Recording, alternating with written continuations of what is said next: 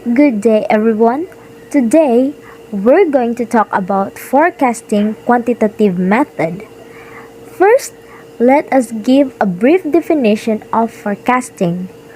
Forecasting is a projection of the future sales, revenue, earnings, cost, and other possible variables that are helpful in the firm's operation. Its primary objective is to reduce the risk of uncertainty that the firm will face in making decisions. In other words, it is the starting point of business planning. There are two types of forecasting methods, namely qualitative and quantitative methods. But today, we will be focusing on the quantitative method. So, what is quantitative method? Well, quantitative forecast method uses past data to forecast future data, especially with numerical data and continuous patterns. This method generally used for short-term prediction. It is based on mathematical models and objectives in nature. In fact, there are two types of qualitative methods, the time series model and the associative models. But again, we will be focusing on discussing the time series model. What is time series models? Time series method uses purely historical data and underlying past identifiable patterns to predict the future and is comparably simple and accurate over the short term. There are four decomposition of time series forecast, which is the trend, seasonality, cycle, and random variation. Trend is the gradual upward or downward movement of the data over time, while seasonality is the data pattern that repeats itself after days, weeks, months, or quarters. Cycle is a pattern of data that occurs every several years, usually associated with the business cycle and is very important in short-term business analysis and planning. And lastly, random variation blips in the data by chance and unusual situations. There are five types of time series method: the naive model, moving average, weighted moving average, exponential smoothing, and trend projection. Naive models is the most simple among the quantitative methods. A quantitative method of forecasting that uses the demand from the prior period to forecast the demand for the current period. Example, problem number 1. Manhattan Company sells automobile parts for the whole year. For the first quarter, the demand for automobile parts areas 17,000 in January, 16,000 in February, 15,000 in March, and 13,000 in April. What is the forecasted demand in March, April, and May? The answer is the forecasted demand in March is 16,000. The month of April is 15,000. And lastly, the month of May is 13,000. Like I said, naive model uses the demand from the prior period to forecast the demand for the current period. Now, we can see that the forecasted demand for March, April, and May is the actual demand for the prior month. Another example, problem number 2. COC Bake Shop has been operating for 10 years selling bread and pastries. Data shows Bake Shop's sales for the last 10 years. So, in year 1, the sales forecast is 4.6 million. In year 2 is 4.9 million. Year 3, 4.7 million. Year 4, 5.2 million. Year 5 is 5 million. Year 6 is 4.5 million. In year 7 is 5.4 million. Year 8, 4.8 million. Year 9 is 4.5 million. And year 10, we have 5.1 million.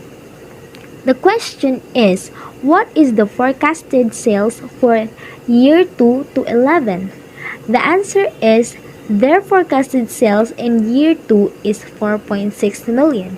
In the year 3 is 4.9 million. The forecasted sales in year 5 is 5.2 million. 5 million in the year 6, 4.5 million in year 7, 5.4 million in year 8, in year 9 is 4.8 million, year 10 is 4.5 million, and year 11 their forecasted sales is 5.1 million. So the forecasted sales for the current year are the actual sales for the prior year. Moving average uses to average the specified number of periods to project the next period. It is recalculated often monthly or at least quarterly to reflect changing demand levels. To forecast demand, this method requires the number of periods best fit plus the number of periods of sales order history. This method is useful to forecast demand for mature products without a trend. Example: Mr. Abulag's motor shop has accumulated the following data from the past 10 months. Compute the monthly sales forecast for April through November using a 3-month moving average, and compute the monthly sales forecast for June through November using a 5-month moving average. For the 3-month moving average, we take the average of the previous 3 months' demand as our forecast for the next month. Since we need at least 3 months to compute the average, and we only have data beginning in January, April is the earliest month for which we can compute the forecast. So we had our formula F sub t plus 1 equals d sub t plus d sub t minus 1 plus d sub t minus 2 over 3. So this will be 120 plus 150 plus 140 over 3 equals 136.67. Next, 5-month moving average. The 5-month moving average is similar to the 3-month moving average, except now we take the average of the previous 5 months' demand. We start with the forecast for June, since we need at least 5 months' worth of previous demand. So 170 plus 110 plus 120 plus 150 plus 140 over 5, that is 138. Weighted moving average. The weighted moving average assigns a heavier weighting to more current data points, since they are more relevant than data points in the distant past. The sum of the weighting should up to 1 or 100%. In the case of the simple moving average, the weightings are equally distributed as what we have previously discussed. Example problem: Mr. Abulag's motor shop has accumulated the following data from the past 10 months. Compute the monthly sales forecast for April through November using a 3-month weighted moving average. Use weights of 45%, 30%, and 25%, with the heavier weights in the more recent months. Next is exponential smoothing. Exponential smoothing used to produce a smooth time series. It is assigns exponentially decreasing weights as data gets older. Recent is given more weight compared to older. The formula of exponential smoothing is ft plus 1 is equals to alpha at plus 1 minus alpha ft, where ft plus 1 is the present forecast, while a is our alpha or smoothing constant, at is the last actual value, and ft is the last actual forecast. For example, problem number 1. Data collected of truck company for trucks sold are shown in the table below. truck company year 1 forecast is 2,300 units of trucks. Using exponential smoothing, what is the forecast in year 6? The smoothing constant is equal to 0.3. In the table below, we have the unit sales in year 1 is 2,500, 2,850 in year 2, 3,125 in year 3. In year 4 is 3,600. And lastly, the unit sales in year 5 is 2,900. So the question is, what is the forecast in year 6 using exponential smoothing? So let's start in year 2 using the formula ft plus 1 is equals to alpha at plus 1 minus alpha ft. Then we substitute our alpha or smoothing constant into 0.3 times the last actual value, which is 2,500, plus 1 minus 0.3, which is equal to 0.7, times the last actual forecast, which is 2,360. Then we solve 0.3 times 2,500 plus 0.7 times 2,300, which is equal to 750 plus 1,610. Then we add, and that is equal to 2,360, which is our forecast in year 2. Then we moved on year 3. Same formula, 0.3 times our last actual value, which is 2,850, plus 0.7 times our last actual forecast, which is 2,360. Then we compute 0.3 times 2,850 is equal to 855. 0.7 times 2,360 is equal to 1,652. Then we add 855 plus 1,652, which is equal to 2,507, which is our forecast in year 3. Then let's continue to year 4 using the same formula. 0.3 times our last actual value, which is 3,125, plus 0.7 times 2,507, which is our last actual forecast. So 0.3 times 3,125 is equal to 937.5, plus 0.7 times 2,507, which is equal to 1,754.9. Then we add, and that is equal to 2,692.4. Continuation in year 5.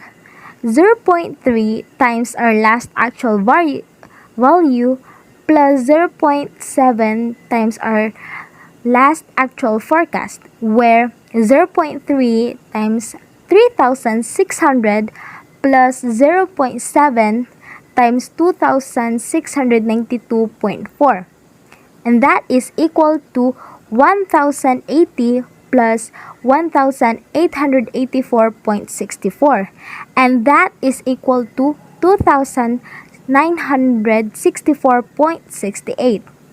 And lastly, we moved on in year 6.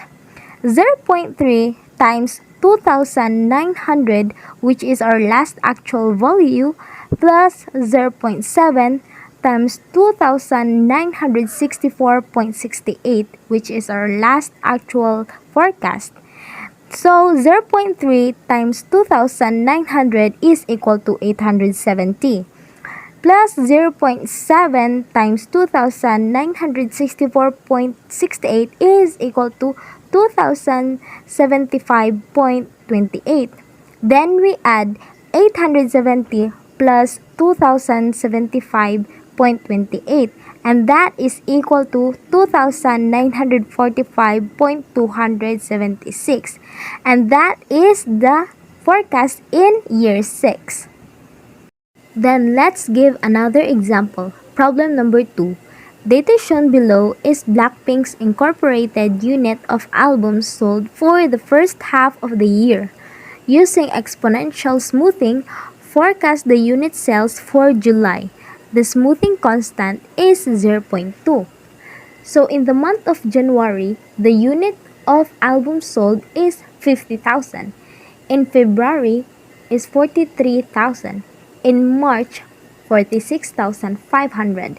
In the month of April is 52,000. In the month of May is 48,000 and 41,000 in the month of June. If the problem does not have a given forecast for the first year or month, it is assumed that FT is equal to 80.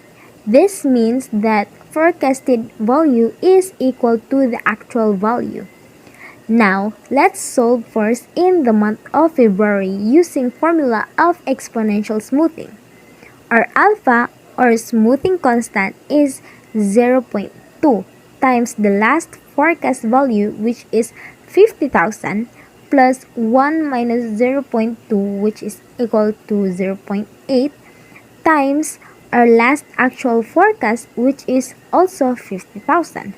Then we solve 0 0.2 times 50,000 plus 0 0.8 times 50,000, and that is equal to 10,000 plus 40,000, and that is equal to 50,000.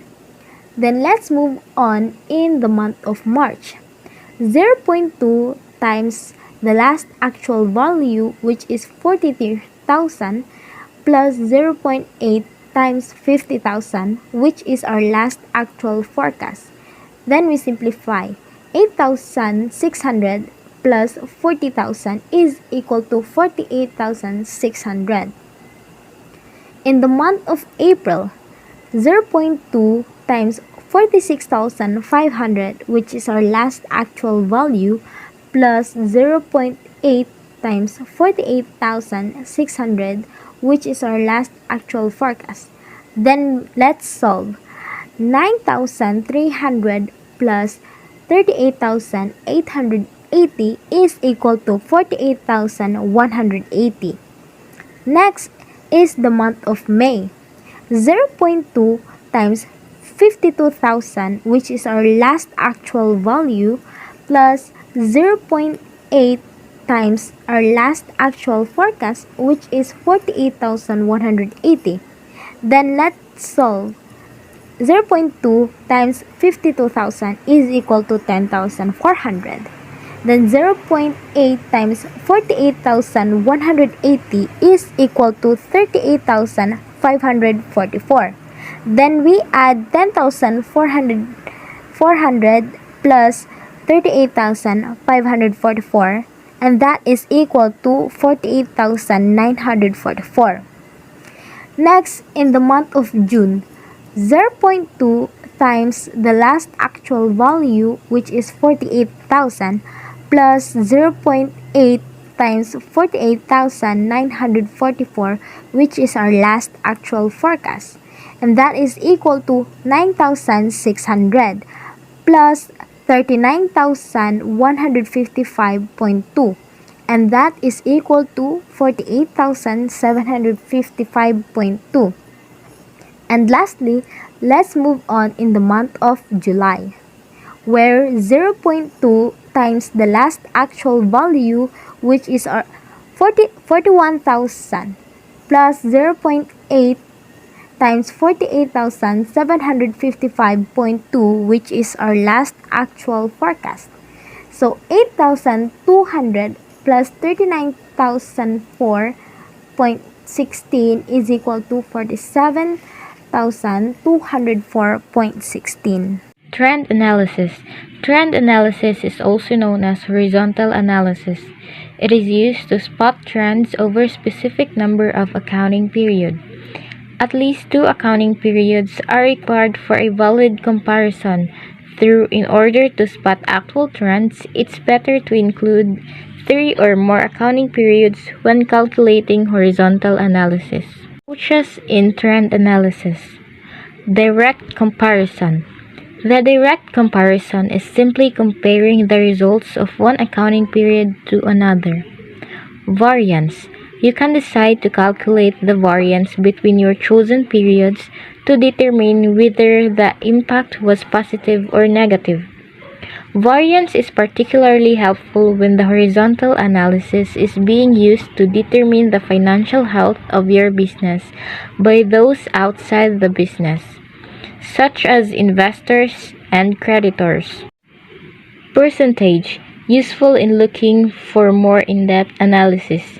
Using the percentage method, the first period of your income statement or balance sheet is considered your base period, with each subsequent period comparing line-by-line results to the base year. Example: comparative income statement for the years ended 31, 2019, 2020, and 2021. In the comprehensive income above, the sales for 2019 was 940,000, for 2020 was 1,090,000, and for 2021 was 1,200,000. By directly comparing the number of sales, we could conclude that it is increasing by year and there is an upward trend for the sales. To compare 2021 sales to 2019 sales, you'll complete the following calculations.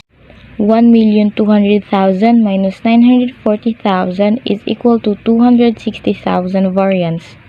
1,200,000 divided by 940,000 equals 1.2766 minus 1 equals 0.2766 times 100 is equal to 27.66% increase in sales.